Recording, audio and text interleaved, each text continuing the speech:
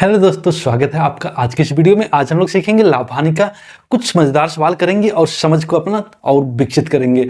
हमें मैथ के प्रति अपना इंटरेस्ट जगाना है। मैथ को बस पढ़ना नहीं है, इसे अपना डेली लाइफ में यूज करना है। आप इसे यूज कीजिएगा, आपको मैथ पढ़ने में मजा आएगा और यही मैं आपको समझाने वाला हूँ, सिखाने वाला हूँ। चलिए फटाफट से शुरू करते हैं और सीखते हैं कुछ नया करने का और उसे अपने डेली लाइफ में भी यूज करते हैं। ये आपके सामने बोर्ड पे लाभ हानि का सवाल है। सवाल एक बार पढ़ के सुनाता हूं। एक व्यक्ति 25 रुपया में खिलौने खरीदकर 30 रुपये में बेच देता है, उसे कितने प्रतिशत का लाभ हुआ? यह सिंपल सा दिया हुआ है। खिलौने खरीद रहा है 25 रुपया में, अर्थात खरीद रहा है, क्रय कर रहा है, लागत लग रहा है उसका 25 रुपया, उसको बोलते हैं क्रय मूल्य। क्रय मूल्य, लागत मूल्य या कॉस्ट प्राइस। क्रय मूल्य खरीदने का मूल्य और विक्रय मूल्य जो सेल कर रहा है, बेच रहा है। जब खरीदा कोई व्यक्ति, कोई दुकानदार, कोई खरीदा, कहीं से खरीदा होगा, उसे बेच रहा है तो उसे विक्रय मूल्य, विक्रय मूल्य अर्थात बेचने वाला मूल्य, सेलिंग प्राइस। अब इसमें देखिए दिया हुआ है, खरीदता है वो खिलौना 25 रुपये में और बेचता है 30 रुपये में। अब सिंपल से देखिए, आपको 25 में खरीदनेगा, 20-30 में बेचेगा। कोई चीज़ हम सस्ते में खरीदते हैं और कॉस्टली बेचते हैं, माने थोड़ा रेट बढ़ा के बेचते हैं, उससे ज़्यादा में सेल करते हैं तो हमें लाभ होता है। तो यहाँ दिख रहा है 25 रुपया 30 रुपया, तो यहाँ लाभ होगा। तो लाभ देखिए, 30 में -25 करेंगे तो होगा 5 रुपया का लाभ होगा। अर्थात जो सेलिंग प्राइस है वो बड़ा होगा और जो कॉस्ट प्राइस है ये छोटा होगा, तभी तो प्रॉफिट होगा ना। प्रॉफिट अर्थात लाभ होगा। तो आप समझ गए, 25 में खरीदा, 30 में बेचा, 5 रुपये का लाभ हुआ।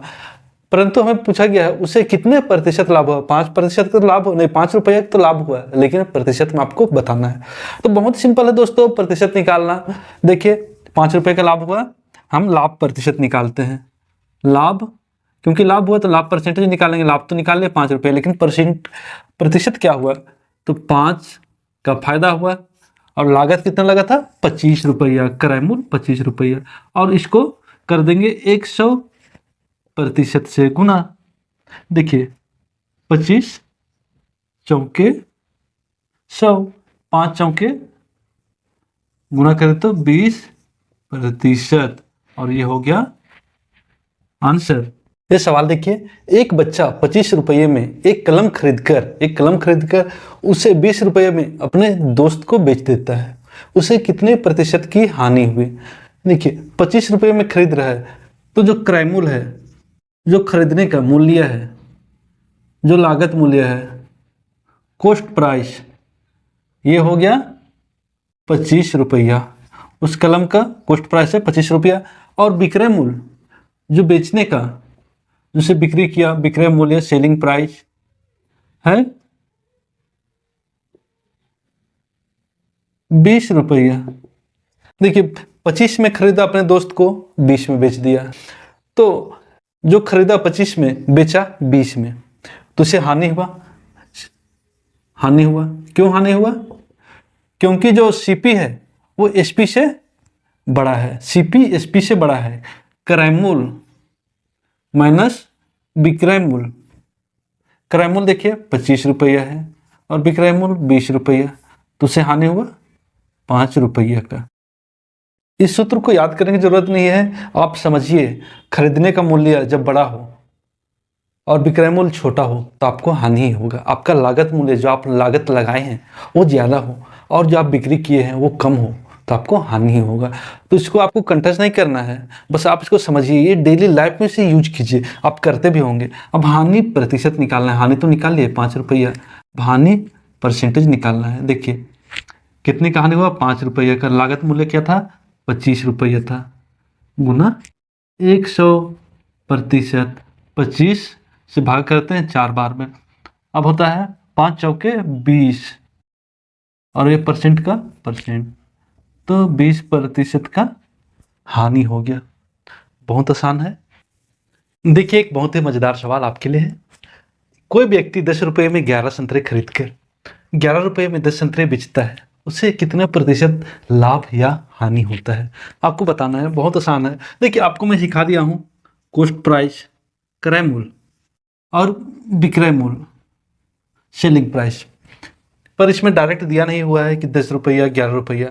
आपको संतरे की क्वांटिटी भी दिया हुआ है, तो इसको इस तरह से लिखते हैं, 10 रुपया में 11 संतरे, और सेल किया 11 रुपये में 10 संतरे।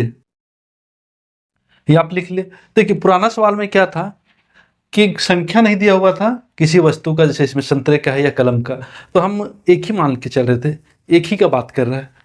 तो हम लोग किसी भी संख्या के नीचे अगर एक एक चीज़ का बोलता है तो उसे एक को नहीं लिखते हैं। लेकिन इसमें देखिए, संतरे, इसमें क्वांटिटी दिया हुआ है 11 है, इसमें 10 है, अंतर है। जो क्वांटिटी है 11 संतरे 10 संतरे, तो अंतर है, इसे पहले बराबर करना होगा। तो बराबर किस तरह से करेंगे? और उसमें तो क्वांटिटी नहीं दिया हुआ था, तो उसमें बराबर ही था, एक ही वस्तु का बात कर रहे थे, 10 तो 10 या 11 तो 11, जो भी सेम वस्तु, लेकिन इसमें अलग अलग है। तो इसे बराबर करने के लिए इस दोनों को, 11 संतरे 10 संतरे को गुना कर देंगे तो बराबर हो जाएगा। जैसे देखिए, 11 को 10 से करेंगे तो बराबर हो जाएगा, और 10 संतरे को इस 11 संतरे से करेंगे तो बराबर हो जाएगा। होगा ना बराबर? समझ रहे हैं किस तरह से बराबर होगा? इस 11 को इस 10 से बराबर किए तो ऊपर वाला को 10 से करना होगा ना, 10 रुपये को भी 10 से करना होगा, क्योंकि हम लोग 10 टाइम खरीदे हैं, तभी तो बराबर होगा। तो सेम इसको भी 11 को हम लोग को 11 से करना होगा, क्योंकि इस 10 संतरे को 11 से हम गुना किए, तो ऊपर वाले को भी 11 से करना होगा। अब देखिए, यहाँ हो जा रहा है 100 और यहाँ 110 संतरे, मैंने 100 रुपया में 110 संतरा संतरा हो रहा है। ये हो गया कॉस्ट, 100 रुपये में 110 संतरा। अब सेल किया, देखिए 121 रुपये में 110 संतरा, 11 11 121 रुपया, 10 और 11 110 संतरा।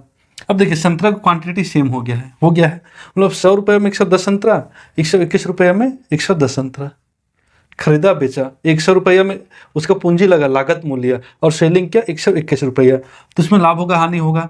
ओबियसली इसमें लाभ होगा। देखिए,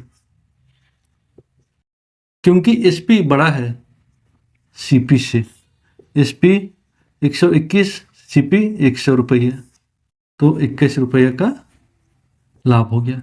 अब आपको बताया था लाभ प्रतिशत निकालना, आप आसानी से निकाल सकते हैं। लाभ हुआ तो लाभ परसेंट लिख लेगा, लाभ प्रतिशत।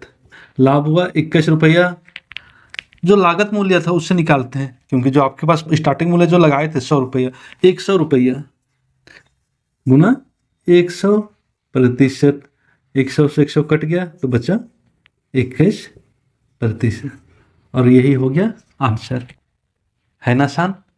बस आपको मैथ को समझना है और आगे बढ़ना है। सारा चीज़ सवाल में दिया रहता है, बस आपको ये लास्ट का निकालना रहता है। देखिए, कुछ नहीं किया, सिंपल सा लिख दिए हैं, बस लास्ट में इस तरह से निकालना है। इसको कंटेस्ट नहीं करना है, डेली टू डेली लाइफ में आप इसे यूज करते हैं। ये परसेंटेज निकालने के लिए जितना भी लाभ होगा लागत मूल्य से डिवाइड करेंगे और 100% से उसे गुना कर देंगे, आसानी से निकाल दीजिएगा। ये वीडियो आपको पसंद आया होगा, आपको पसंद आया तो इसे लाइक कर दीजिएगा और अपने दोस्तों तक शेयर कर दीजिएगा, ताकि वे भी मैथ के प्रति अपना इंटरेस्ट बढ़ाए और डेली टू डेली लाइफ में उसे यूज करना सीखे। फिर मिलते हैं एक नई वीडियो में, तब तक अपना ख्याल रखिए, पढ़ते रहिए और आगे बढ़ते रहिए।